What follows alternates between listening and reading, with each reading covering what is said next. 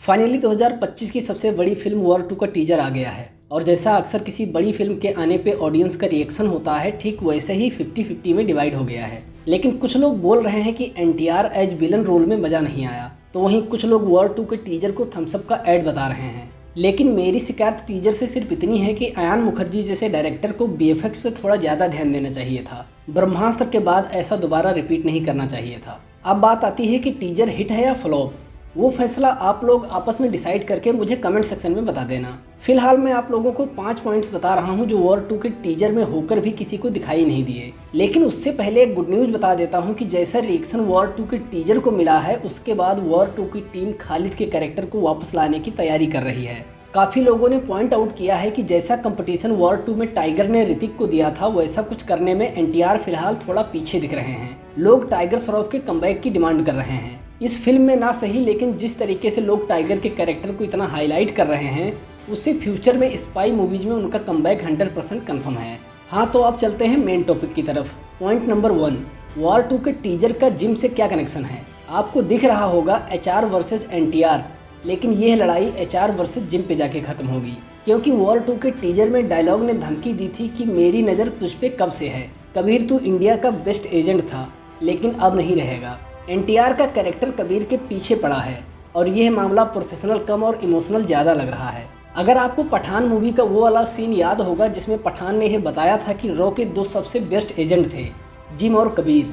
बाद में कबीर तो जिंदा बच गया, लेकिन जिम मर के एक विलन बन के वापस आ गया है। अब आप यह मान लो एनटीआर वाला कैरेक्टर किसी न किसी तरीके से जिम से जुड़ा होगा और यह अपनी फैमिली का बदला लेने के लिए कबीर का पीछा कर रहा होगा, और इसका सबसे बड़ा सबूत खुद टीजर में ही छुपा हुआ है। एनटीआर के कैरेक्टर का वो एंट्री वाला सीन जिसमें वो हैंड ग्रेनेड लेकर सोमालियन लोगों से लड़ाई कर रहे हैं, वो सेम वही सोमालियन हैं जिन्होंने जिम को टॉर्चर किया था, जो सीन पठान मूवी में दिखाया गया था।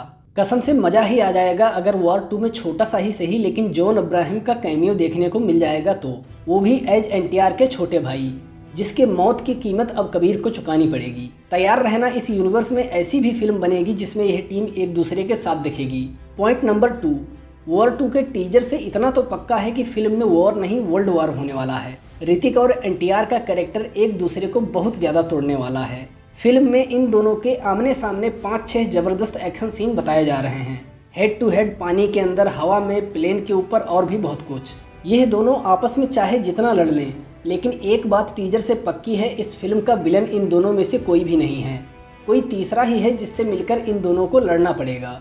अगर आपको याद होगा तो टाइगर 3 के पोस्ट क्रेडिट में कर्नल लूथरा ने बोला था कबीर एक शैतान का पीछा कर रहा है और उनको डर है कि वो खुद एक शैतान में ना बदल जाए। जैसे बैटमैन वर्सेस सुपरमैन मूवीज में होता है, पहले दोनों हीरो आपस में लड़ते हैं, फिर बाद में एक साथ मिलकर किसी बड़ी मछली का शिकार करते हैं।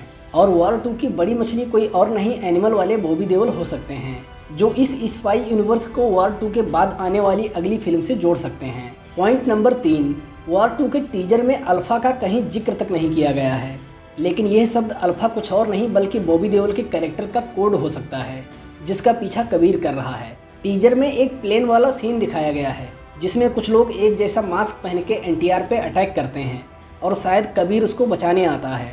यह मास्क आर्मी के मास्टरमाइंड का हो सकता है, जिसे अल्फा कहते हैं। फिल्म के टीजर में दोनों एक्टर्स का एक्शन और इमोशन तो दिखा दिया, लेकिन कहीं ना कहीं यह दोनों कैरेक्टर्स की मदद लेनी पड़ेगी अगर दिमाग लगा के वॉर 2 के मेन विलन तक पहुंचना है।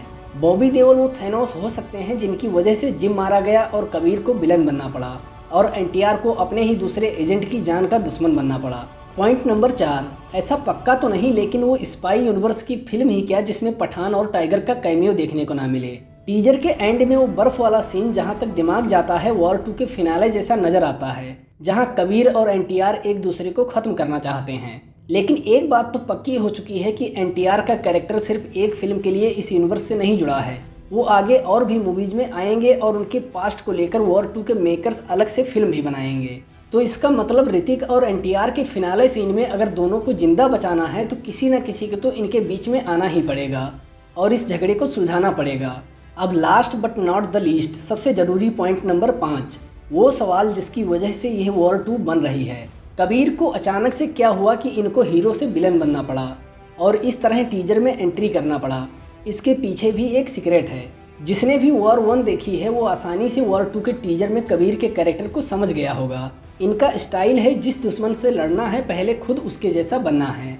वॉर 2 में कबीर जो खून खराबा कर रहे हैं वो किसी और को इम्प्रेस करने के लिए कर रहे हैं, मतलब अल्फा की टीम में जाने के लिए खुद अल्फा जैसा बन रहे हैं। इनका मिशन है अल्फा को पकड़ना और एनटीआर का मिशन है जिम के गद्दार दोस्त को पकड़ना। और जब यह दोनों आपस में टकराएंगे तो स्पाई यूनिवर्स के बहुत सारे सीक्रेट्स खुल जाएंगे। लेकिन इंटरेस्टिंग ये है यह चाइना वाला एंगल, मतलब एक तीर से दो शिकार। पाकिस्तान के कैरेक्टर का इस्तेमाल ना करके बाइकआउट होने से बच गए और स्पाई यूनिवर्स को बोनस कैरेक्टर भी मिल गए। तो भाई लोग इतना सा दिमाग मैंने लगाया, बाकी काम आप पे छोड़ रहा हूँ। अपना दिमाग लगाओ और कमेंट्स में जल्दी से बताओ वॉर 2 की असली गणित क्या है। और दोस्तों अगर वीडियो अच्छा लगा हो तो चैनल को सब्सक्राइब करके वीडियो को लाइक ज़रूर कीजिएगा। बाकी मैं मिलता हूँ आप लोगों से अगले वीडियो में, तब तक के लिए जय हिंद जय माता दी।